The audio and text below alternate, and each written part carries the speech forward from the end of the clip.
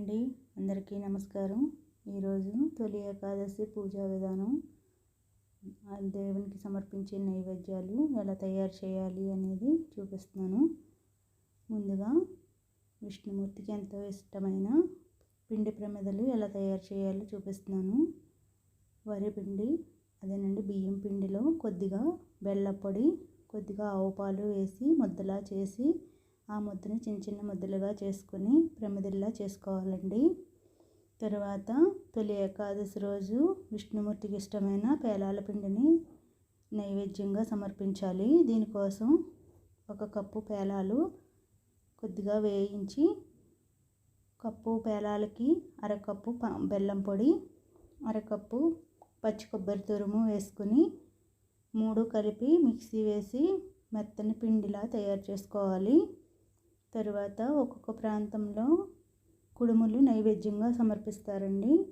దానికోసమని ముందుగా స్టవ్ వెలిగించి ఒక గిన్నె పెట్టి అందులో 1 గ్లాస్ వాటర్ వేసి కొద్దిగా సాల్ట్ వేసి మరగనిచ్చి, వాటర్ మరిగిన తర్వాత 1 కప్పు బియ్యం రవ్వ మరుగుతున్న నీళ్ళలో వేసి ఒకసారి బాగా కలిపి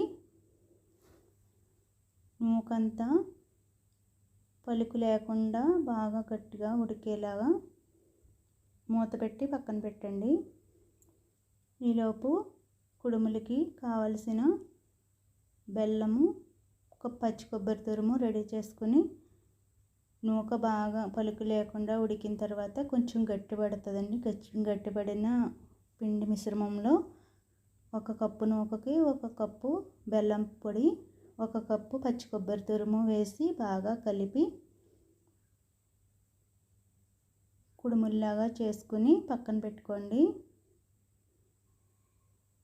కుడుములు ఆవిరి పెట్టడానికి ముందుగా 1 ఇడ్లీ పాత్ర తీసుకుని అందులో అడుగున కొంచెం వాటర్ వేసి ఇడ్లీ గిన్నె పెట్టుకుని ఆవిరి వచ్చేంత వరకు స్టవ్ మీద పెట్టి నీళ్లు మరగనిచ్చిన తర్వాత,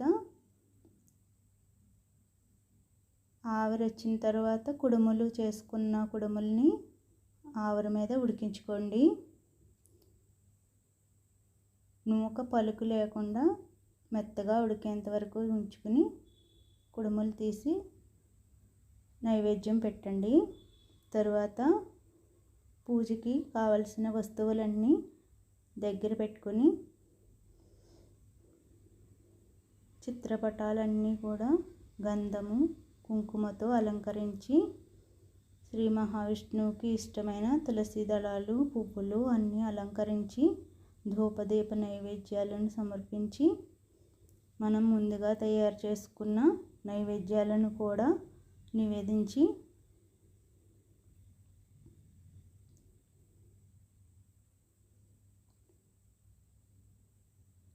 హారతితో ముగించానండి. తొలి ఏకాదశి రోజు శ్రీ విష్ణు రూపమైన నారాయణుడు కానీ, రాముడిని కానీ, శ్రీనివాసుడిని కానీ ఎవరినైనా పూజించవచ్చండి. తొలి ఏకాదశి రోజు పేలాల పిండి నైవేద్యంగా పెడితే చాలా మంచిది. నేనైతే ఈ విధంగా పూజ చేసుకున్నానండి ఈరోజు. తర్వాత తులసి పూజ కూడా చేసుకున్నాను. నా వీడియో కనుక మీకు నచ్చినట్లయితే ప్లీజ్ లైక్ చేసి సబ్స్క్రైబ్ చేసుకోండి.